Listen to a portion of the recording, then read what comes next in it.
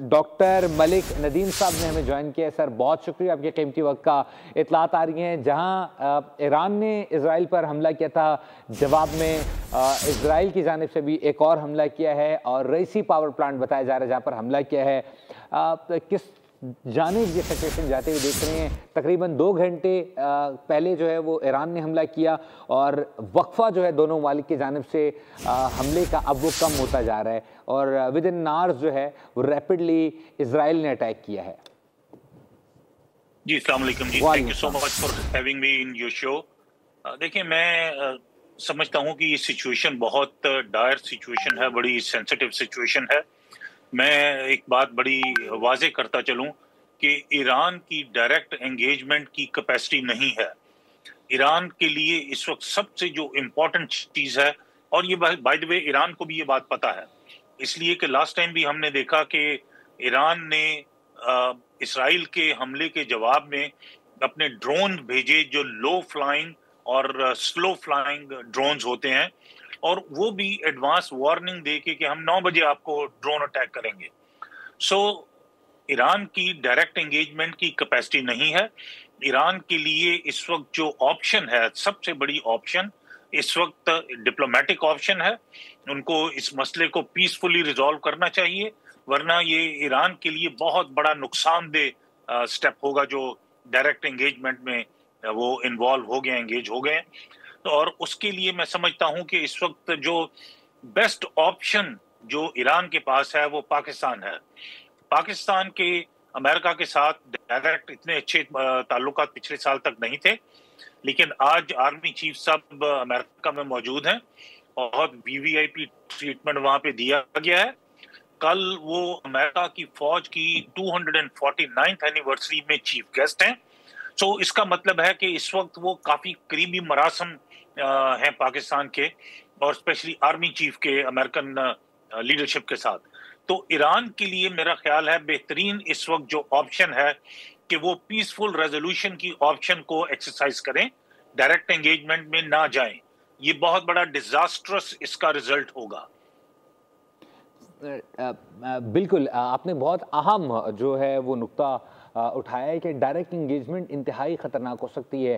आपने तमाम पहलुओं को भी नदीम साहब इसमें कवर किया है, लेकिन इसमें पाकिस्तान समेत जो है वो सऊदी अरब भी किरदार अदा करने की कोशिश कर रहा है। लेकिन वही अगेन रिपीटेडली एक ही सवाल है कि क्या ईरान किसी भी तरीके से मानने पर तैयार होगा? आपसे कुछ देर पहले जो है सलामती कौंसिल में वाज़ेह तौर पर कह चुका है कि ईरान से किसी भी किस्म के तहम्मुल की अपील ना की जाए, हम पर हमला किया गया है। देखिए, बात मैं फिर वही अपनी बात को दोहराऊंगा कि ईरान से ज्यादा ईरान की कैपेसिटी को कोई नहीं जानता, लेकिन ये हकीकत है कि ईरान बहुत बड़े नुकसान से दो चार हो जाएगा अगर ईरान ने इस वक्त पीसफुल ऑप्शन को एक्सरसाइज ना किया। सऊदी अरेबिया, मैं आपको ये भी बताता चलूं, Saudi Arabia will not and can not play a part, क्योंकि सऊदी अरेबिया के जो इस वक्त जो करीबी तरीन मरासम हैं वो इसराइल के साथ हैं। सो सऊदी अरेबिया अगर मीडिएट करेगा तो सऊदी अरेबिया की मीडिएशन में Iran will not be winner और ए लूजर, नॉट ए विनर। सो मैं समझता हूं कि इस वक्त जो बेहतरीन ऑप्शन है पाकिस्तान को भी, हालांकि ईरान ने माजी में बहुत नुकसान पहुंचाया है, सबसे बड़ा सबूत कुलभूषण यादव है।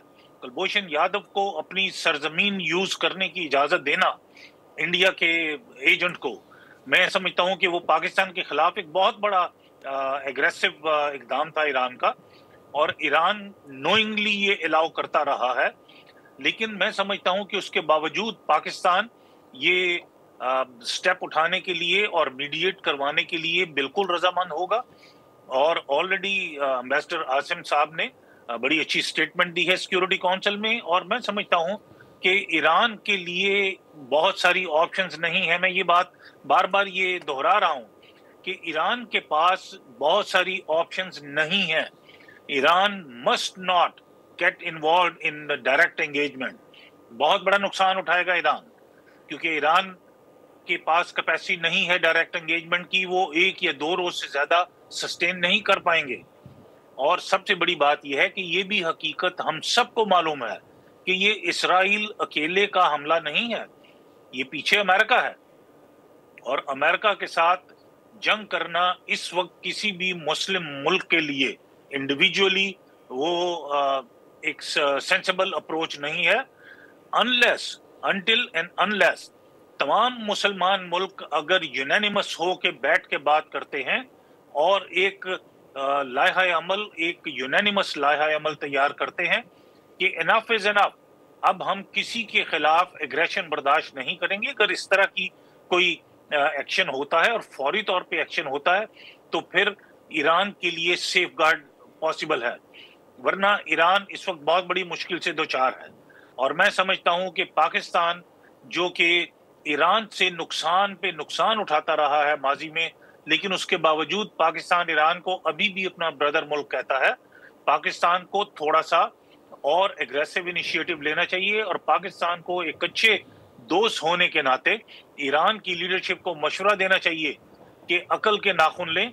इस वक्त डायरेक्ट एंगेजमेंट और ये आर्म्ड एंगेजमेंट आपके इंटरेस्ट में नहीं है। इस वक्त पीसफुल रेजोल्यूशन करना चाहिए और ईरान को बहुत कुछ कंप्रोमाइज करना पड़ेगा अपने सिटीजन्स की जानो माल बचाने के लिए, अपने मुल्क की बहुत बड़ी नुकसान से बचाने के लिए कंप्रोमाइज करना पड़ेगा। आपने बहुत ही ज़बरदस्त एक नुक्ता उठाया है कि इस वक्त ईरान को कंप्रोमाइज़ करना पड़ेगा, लेकिन नदीम साहब, इसमें जो सिचुएशन हम देख रहे हैं, उसमें जो बयानात सामने आ रहे हैं, उसमें किसी भी तरीके से जो है वो इस जंग को थमते हुए नहीं देखा जा सकता, जो कि इस वक्त ईरान की सिचुएशन दिखाई दे रही है। आपने जो बताया इस वक्त ईरान की कैपेबिलिटीज़ और किस नहज पे जाके वो मुकाबला कर सकते हैं यकीन तौर पर, लेकिन हम ये देख रहे हैं कि सिर्फ ज़बानी कलामी अगर ये जंग आगे बढ़ती है तो क्या ये दीगर ममालिक को भी अपनी लपेट में लेगी या ईरान के लिए कोई ऐसा नुकसान पैदा कर सकती है जिसका उसको रिकवर करने में सदियां लग जाएं? देखिए, मैं ये आपने भी बहुत एक लॉजिकल और सेंसिबल बात की है। पहली बात तो ये मैं आपको क्लैरिफाई कर दूं, अनफॉर्चुनेटली जो आज की इस वक्त की जो ग्राउंड रियलिटी है, इस वक्त पूरे रीजन में कोई कंट्री ईरान के साथ खड़ा नहीं होगा, ये भी मैं आपको बता दूं। Unfortunately it's a very painful fact, Iran के साथ कोई मुल्क खड़ा होने को तैयार नहीं होगा। देखिए, ईरान ने हिजबुल्लाह को सपोर्ट किया और तबाह बर्बाद करवा दिया लेबनान को। ईरान ने हमास को सपोर्ट किया, फलस्तीन को तबाह बर्बाद करवा दिया। ईरान ने हौथीस को सपोर्ट किया, यमन को तबाह करवा दिया। ईरान हमेशा प्रॉक्सी वार लड़ता रहा है और ईरान एक्सपर्ट है प्रॉक्सी वार का। खुद डायरेक्ट एंगेज करने की बजाय वो पैसे दे के, ऑयल से इस्तेमाल किए हुए कमाए हुए पैसे दूसरे कंट्रीज को दे के दूर बैठ के लड़ाई करने का एक्सपेरिमेंट करता रहा है। ये फर्स्ट टाइम है कि actually second time Iran Iraq war के बाद जो 80s में हुई जी, ये इतने अरसे में 50 साल में ये पहली दफा है कि ईरान की डायरेक्ट एंगेजमेंट हुई है। और मैं बार बार ये कहूंगा कि ईरान को इस वक्त बहुत सारी ऑप्शंस मौजूद नहीं है। पाकिस्तान ईरान के लिए एक इस वक्त वाहिद ऑप्शन है जो फौरी तौर पे जंगबंदी भी करवा सकता है, क्योंकि आर्मी चीफ अमेरिका में मौजूद हैं। अगर ईरान सिंसियर रिक्वेस्ट करे पाकिस्तान को और अपनी कैपेबिलिटीज को इवेल्युएट करते हुए अपने अवाम की जानो माल को बचाएं और अपने मुल्क को टोटल डिस्ट्रक्शन से बचाएं और पाकिस्तान से रिक्वेस्ट करें, तो ये वाहिद ऑप्शन ईरान के पास मौजूद है। ईरान के पास बहुत सारी ऑप्शंस मौजूद नहीं है अनफॉर्चुनेटली। इसमें वाज़े तौर पर आपने जिस तरीके से कहा है वो मुस्लिम ममालिक और साथ ही साथ जो दीगर ममालिक हैं, ये मिडल ईस्ट को आप कंसिडर कर लें नदीम साहब, तो इसमें जो बयानात सामने आ रहे हैं, शाम की जानिब से भी यही बयान आया है नई लीडरशिप की जानिब से कि बहुत नुकसान दिया है ईरान ने, लेकिन इस वक्त ईरान की खुद मुख्तारी को हम बिल्कुल कबूल करते हैं और उसको हक हासिल है कि अपना दिफा करे। ऐसे में क्या किस तरीके से इस मामले को रिजॉल्व होते हुए ईरान के इंटरनली जो लोग हैं वो देखेंगे? क्योंकि ऐसे में अगर ईरान आपने जिस तरीके से सारा मंजरनामा पेश किया है, ईरान अगर आज पीछे हो जाए तो आप समझते हैं कि इजराइल को शय मिलेगी, वो दोबारा अटैक करेगा?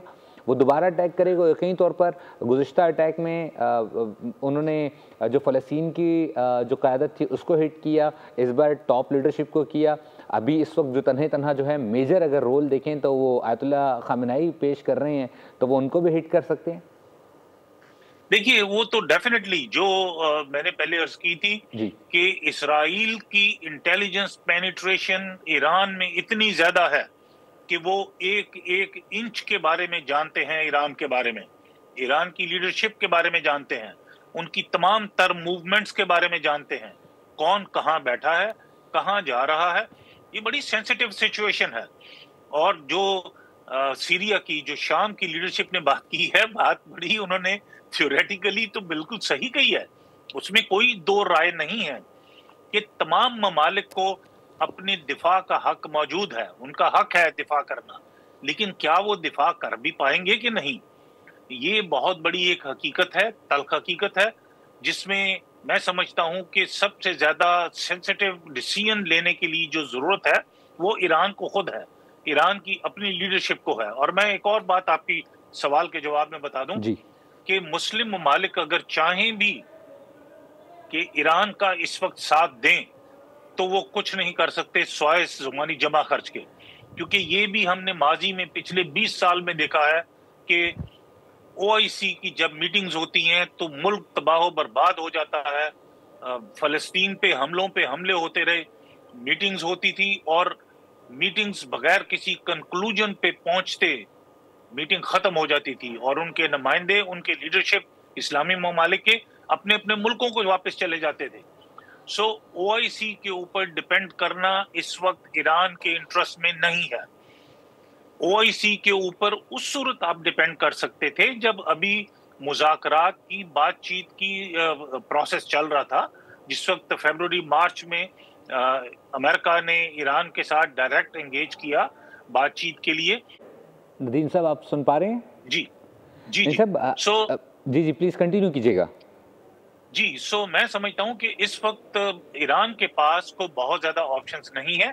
ओआईसी किसी किस्म का कोई एक्शन नहीं लेगी।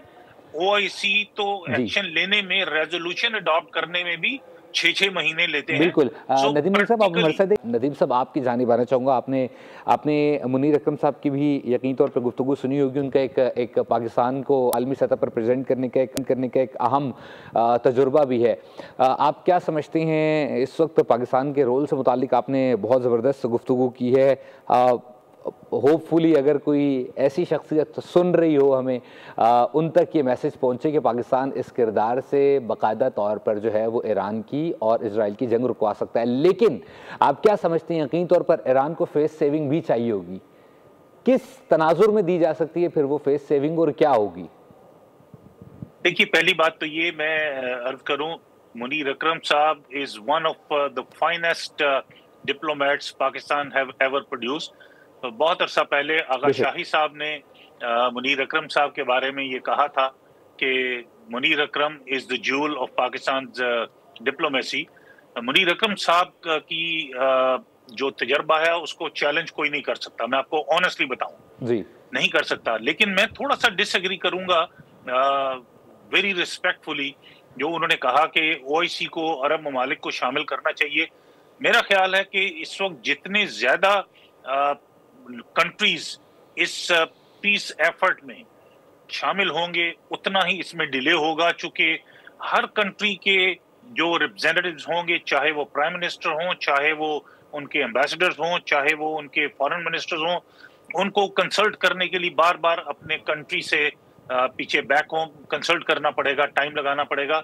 और इस वक्त टाइम नहीं है। मैं जो बार बार ये रिपीट कर रहा हूं कि ईरान के पास टाइम भी नहीं है, ऑप्शन भी नहीं है। सो इस वक्त कोई एक कंट्री अगर स्टेप अप करता है, कोई भी कंट्री, सऊदी अरेबिया को ले लीजिए आप, किसी भी और कंट्री को ले लीजिए, किसी यूरोपियन कंट्री को ले लीजिए, तो एक इंडिविजुअल प्लेयर अगर इन्वॉल्व होगा जिसके अमेरिका के साथ भी डायरेक्ट मरासम हो, वो इस मसले को इस वक्त ज्यादा इफेक्टिवली और ज्यादा क्विकली रिजॉल्व करवाने में हेल्पफुल हो सकता है। जितने ज्यादा प्लेयर इस गेम में होंगे उतनी ज्यादा कॉम्प्लिकेशंस होंगी। और जिस तरह मैंने पहले अर्ज की कि मैं आपको तकलीफ दे अमर है, लेकिन मैं आपको ये भी बता दूं, कश्मीर का मसला 78 ईयर से लटका हुआ है।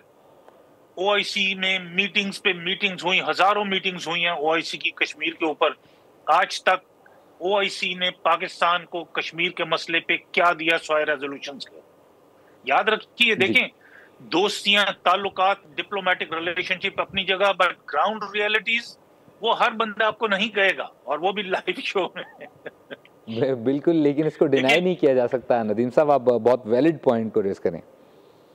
तो इस वक्त मैं समझता हूं कि सबसे पहले तो ईरान को इंटरनली फैसला करना है कि उन्होंने अपनी जंग को जारी रखना है, अपनी ईगो को बचाना है, या अपनी सेल्फ रिस्पेक्ट को और अपनी कौम को बचाना है। ये दो ऑप्शन है उनके पास।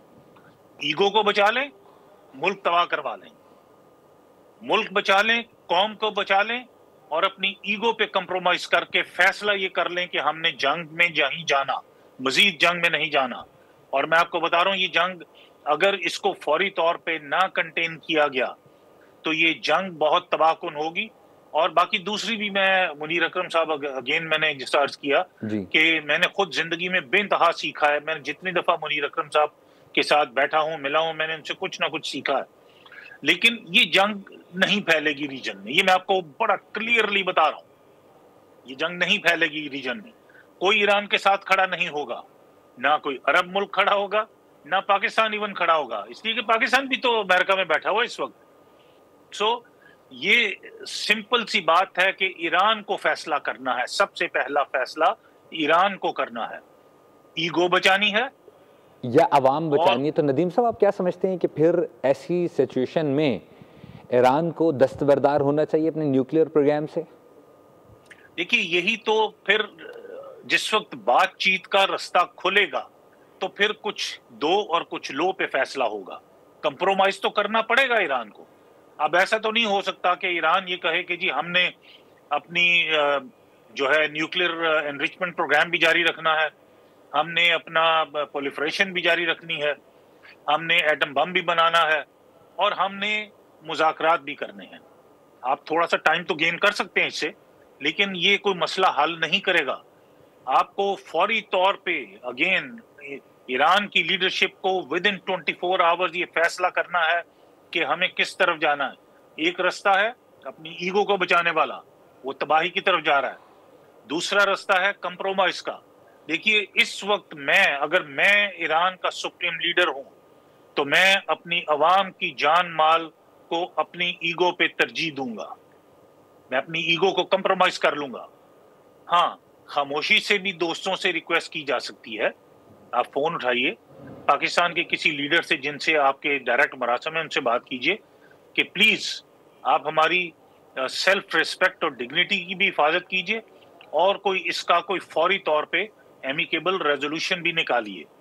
तो कम से कम फौरी तौर पे ये दोनों साइड से जंग और मिसाइल्स का आना जाना बंद हो। देखिए, अभी तक सिर्फ एक दिन में 24 आवर में ईरान ने अपने कितने बड़े बड़े लीडर लूज कर दिए जी। आप मुझे बताइए, क्या इजराइल में कोई एक भी उनका कोई लेफ्टिनेंट कर्नल, कोई मेजर, कोई ब्रिगेडियर तक कोई इसका हमलों का निशाना बना? नहीं, बिल्कुल नहीं।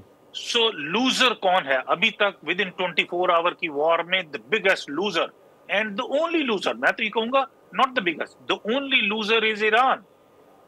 ईरान को ये फैसला करना है फौरी तौर पे।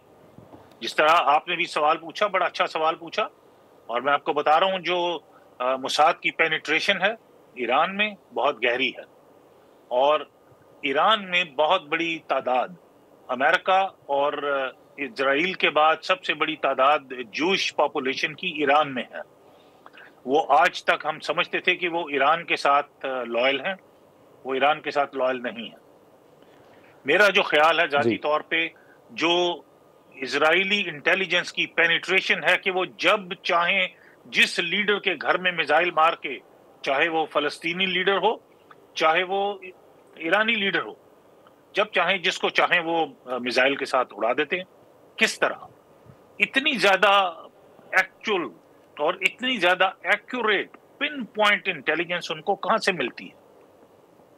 यकीन तौर पे ये ऑलरेडी वहाँ पर ऑलरेडी फिट इन और एडजस्ट होके बैठे हुए हैं, जो इस तमाम तरह सिचुएशन को यकीन तौर पर बहुत क्लोजली मॉनिटर कर रहे होंगे। नदीम अली साहब, इस वक्त इतलात ये आ रही हैं कि जो ईरान है वो मुमकिना तौर पर एक मिसाइल लॉन्च कर सकता है जिसका नाम खैबर है, और वो न्यूक्लियर वॉरहेड ले जाने की सलाहियत रखता है। और इतलात ये आ रही हैं कि वो अब से कुछ ही देर में बाकायदा तौर पर लॉन्च भी करेगा ईरान की जानिब।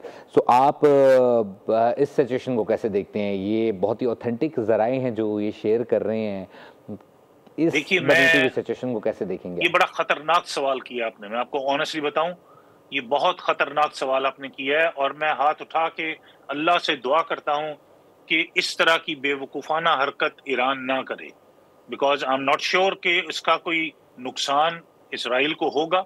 अगर होगा भी, अगर फर्ज करें होगा भी, तो उसके जवाब में इसराइल क्या करेगा? खामोश तो नहीं बैठेगा। इसराइल खामोश बैठेगा भी तो क्या अमेरिका खामोश बैठेगा? It's a very very very very dangerous question, extremely dangerous question or extremely dangerous situation. I hope nobody is thinking about it.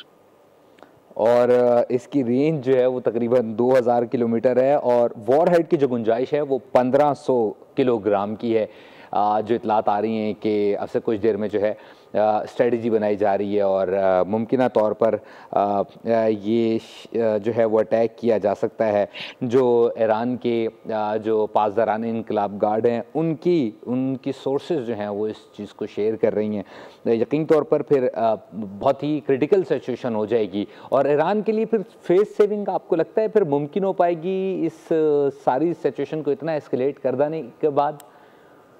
देखिए, अभी भी मैं समझता हूं कि अभी भी इट्स नॉट टू लेट। मैं बहुत बड़ा फैन नहीं हूं प्रेसिडेंट डोनाल्ड ट्रंप का, लेकिन कुछ चीजें ऐसी हैं उनकी मैं एडमायर करता हूं। अभी भी अगर उनसे डायरेक्ट राब्ता करके कहा जाए कि let's start the conversations, he will still do it. ये मैं आपको बता रहा हूं, he will still do it. लेकिन ये जो आपने पहले बात की है, मुझे लगता है कि ये जो ईरान की मीडिया वॉर अभी तक चलती रही है, क्योंकि ईरान या तो प्रॉक्सी वॉर्स में एक्सपर्ट है या वो मीडिया वॉर में, स्टेटमेंट वॉर में एक्सपर्ट है। लेट्स होप कि ये उनकी मीडिया और स्टेटमेंट वॉर का हिस्सा हो, क्योंकि मेरा नहीं ख्याल कि ईरान इस तरह की कोई हमाकत कर सकता है, बिकॉज उसके बाद जो ईरान का हाल होगा, America is not going to let this go. बड़ी बदकिस्मती ये है कि it's a very very sensitive topic, और मुझे तो इस पे बात करते हुए भी खौफ आ रहा है। मैं ऑनेस्टली आपको बताऊं, मैं जिंदगी भर पीस एडवोकेट रहा हूं। मैं हर मसले को पुरअमन तरीके से हल करने का न सिर्फ बिलीवर हूं बल्कि ख्वाहिशमंद भी हूं। मैं जहां भी मुझे मौका मिलता है मैं पीस को प्रमोट करने की कोशिश करता हूं। जहां पे प्रमोट नहीं कर सकता वहां पे दुआ जरूर करता हूं, और मेरी ये दुआ है कि ये मसले को अल्लाह ताला पीसफुली तरीके से हल कर दें। हाँ, आपके सवाल के जवाब में मैं दोबारा रिपीट करूंगा, ईरान की फेस सेविंग अभी भी हो सकती है, लेकिन ईरान को कुछ कंप्रोमाइजेस करने पड़ेंगे, कुछ गिव इन करना पड़ेगा। तो फिर आपको लगता है कि ये जो इस वक्त रिजीम इस वक्त है, वही बात जो आपसे कुछ देर पहले ट्रांसमिशन में हम कर रहे थे, तो फिर ये अमल ईरान में रिजीम चेंज का बायस बनेगा? नहीं, जरूरी नहीं है।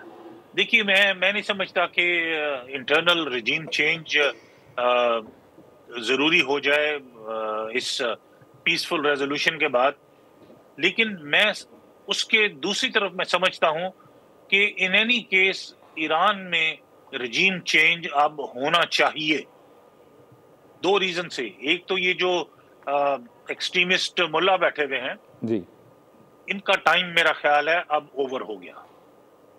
इनको अब ये फैसला साजी जो है इसका अख्तियार अवाम के नुमाइंदों को देना चाहिए। और दूसरी बात है, ये जो एक्सट्रीमिस्ट सोच वाली रिजीम है ये भी अब इसकी जगह कोई नहीं रही, क्योंकि जिस वक्त आप एक्सट्रीमिस्ट सोच लेके और आप फैसले करते हैं तो आप अपनी कौम की सेफ्टी और सिक्योरिटी ये जंग, ये मिसाइल, ये बॉम्ब और खुदा न खास्ता ये न्यूक्लियर टेक्नोलॉजी, ये किसी मसले का हल नहीं है, याद रखिए। बिल्कुल, और जंग से तो जितना हो सके अवॉइड किया जाना चाहिए। और हम जिस तरीके से, अगर आप वाज़ेह तौर पर देखें, चाइना की स्ट्रेटजी है, उसने ना सिर्फ आलमी सतह पर ख़ुद को मनवाया है, बल्कि दुनिया अब उसकी टेक्नोलॉजी की भी मुअत्तरिफ हो गई है। और जिस तरीके से पाकिस्तान ने उस टेक्नोलॉजी को माहिराना अंदाज में भारत के ख़िलाफ़ इस्तेमाल किया, तो पाकिस्तान ने भी जो है वो उसमें अपना लोहा मनवाया है। नदीम अली साहब, इसमें एक अहम पॉइंट जो सामने आ रहा है वो आप मशरिक़ वस्ता की अगर ख़ास तौर पर सिचुएशन देखें, जहाँ पर इजराइल भी हावी रहता है, वहाँ पर अमेरिका भी रहा है। लेकिन अगरचे कि अमेरिका को ना सिर्फ मिडल ईस्ट बल्कि साथ ही साथ देख लें तबाही तो बहुत की है, क्योंकि खुला असला है, असले की फैक्ट्रियाँ लगी हुई हैं, सप्लाई करना है, तो फिर उस जगह पर असला तो कम नहीं हो सकता। लेकिन दूसरी जानिब अफ़गानिस्तान को ले लें, इन तमाम तर एरियाज से अमेरिका पिट के निकला है। और एक बार फिर क्या आप इस सिचुएशन के बाद मिडिल ईस्ट की वही सिचुएशन देखते हैं जो हमने सोवियत टाइम में देखी है, या फिर उसके बाद 2000 के इनिशियल शुरू में हमने देखी है? देखिए, पहली बात तो ये मैं क्लैरिफाई करता चलूं कि अफगानिस्तान से अमेरिका खुद नहीं निकला जी। अमेरिका के लॉसेस इतने हैवी थे, डिस्पाइट द फैक्ट कि अमेरिका की एंगेजमेंट, डायरेक्ट एंगेजमेंट इस तरह की नहीं थी वहां पे वॉर में। अमेरिका की एंगेजमेंट सिर्फ 30,000 फीट हाई से थी मोस्टली, ऊपर से मिसाइल फेंक के, और वो उन्होंने तबाही की अफगानिस्तान में। उसके बावजूद जो थोड़े बहुत नुकसान अफगान लोगों ने किया, तो that forced America to quit and move out of Afghanistan. लेकिन जहां तक ताल्लुक है कि अमेरिका अब मिडिल ईस्ट में भी इस तरह का कोई काम करेगा, उसकी जरूरत पेश नहीं आएगी। क्योंकि मैं आपको ये भी बताता चलूं कि ये पिछले महीने जो प्रेसिडेंट ट्रंप ने मिडिल ईस्ट का दौरा किया, हम सब का ये ख्याल था, मैं ऑनेस्टली खुद भी एडमिट करता हूं कि हमारी जजमेंट भी ये थी कि ये सिर्फ मिडिल ईस्ट के ऑयल रिच कंट्रीज से पैसा बटोरने का ट्रिप था। 2, 2.5, 3 ट्रिलियन डॉलर उन्होंने वहां से लिए, जहाज भी मुफ्त में ले लिया जी। सो मेरा भी ख्याल था कि ये फाइनेंशियल ट्रिप था, पैसा इकट्ठा करने का। लेकिन आज की सिचुएशन से ये बात बहुत वाज़ेह हो गई है कि ये ट्रिप एडवांस में उन कंट्रीज को एतमाद में लेने का ट्रिप था कि ये होगा। और मैं आपको ये बड़े वसूख से अब बता रहा हूं कि जो 2 और 2 4 करके हम इस नजरिए पे पहुंचे हैं कि वहां पे जितने अरब मुल्क हैं उन सबको कॉन्फिडेंस में लिया गया कि इस्राइल ने ये काम करना है, हमारी बैकिंग से करना है, और आपने खामोश रहना है। इसीलिए मैं बार बार ये रिपीट कर रहा हूं कि ओआईसी का इस केस में पीस प्रोसेस में कोई रोल नहीं होना चाहिए। बिकॉज मेरा जो तज्जिया है वो ये है कि तमाम अरब ममालिक दे नो दिस कि ये होना था। They were taken in confidence by president Trump. So वो किस तरह पीस प्रोसेस में अपना पार्ट प्ले कर सकते हैं।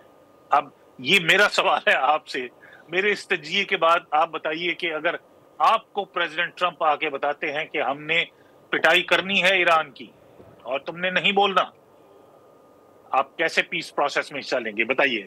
अब ये आपके पास सवाल है। नदीम अली साहब, यकीन तौर पर आपने जो है वो डिफ़िकल्ट सिचुएशन में डाल दिया है। लेकिन अगर देखा जाए आलमी सतह पर, क्योंकि अपने मफादात ही दुनिया भर में देखे जाते हैं, और IR एज सब्जेक्ट जिसकी एक बेसिक कंडीशन या बात जो समझने वाली है वो यही है कि सबसे पहले अपने मफादात हैं और बाद में कोई और चीज़ है। तो इसमें जो इम्प्लीमेंटेशन हो रही है, जिस कंडीशन में आपने डाला है, उसमें यही है कि आप अपने मफादात देखें, आप अपना फ्यूचर देखें, आप अपने लोगों की सिक्योरिटी देखें, और फिर कोई जो है वो उसके मुतालिक जो इक़दामात हो रहे हैं आलमी सतह पर, उससे मुतालिक कोई अपना बयान जारी करें या फिर कोई सपोर्ट या रिएक्शन दें।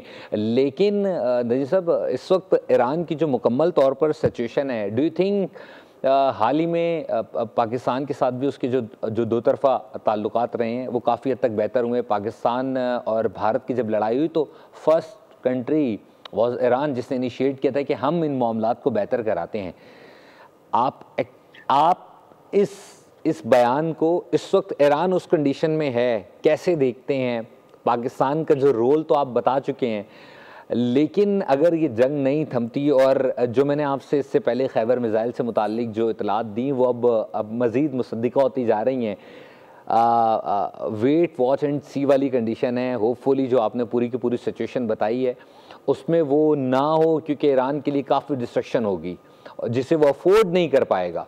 लेकिन इसके बाद फिर अल्लाह ना करे कि इस हद तक सिचुएशन जाए, लेकिन फिर क्या होगा? लाइक ऑलरेडी इस वक्त जो रूल कर रहा है ईरान वो सिंगल हैंडेड कर रहा है, वो आपको भी मालूम है, वो सबको मालूम है।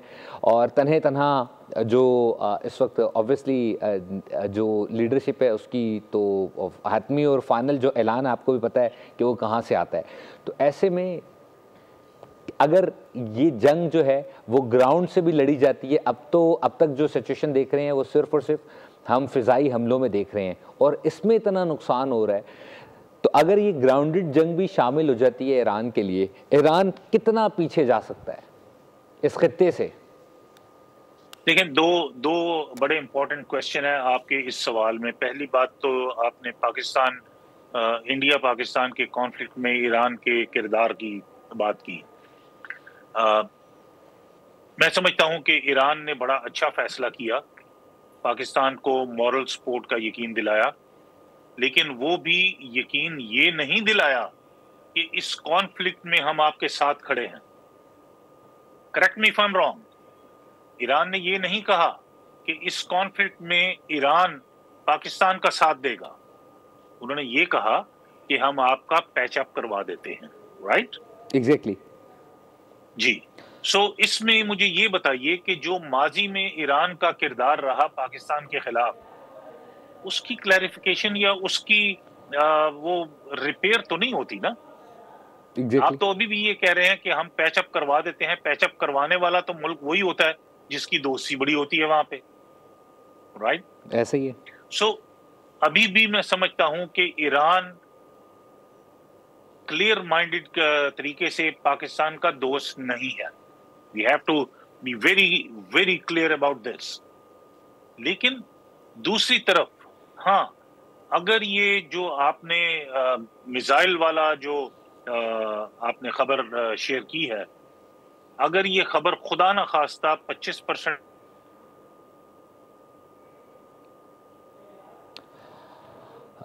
नदीम मलिक साहब से वापस राब्ता बहाल करने की कोशिश करेंगे। सब्सक्राइब करें और बेल दबाएं ताकि कोई खबर रह न जाए।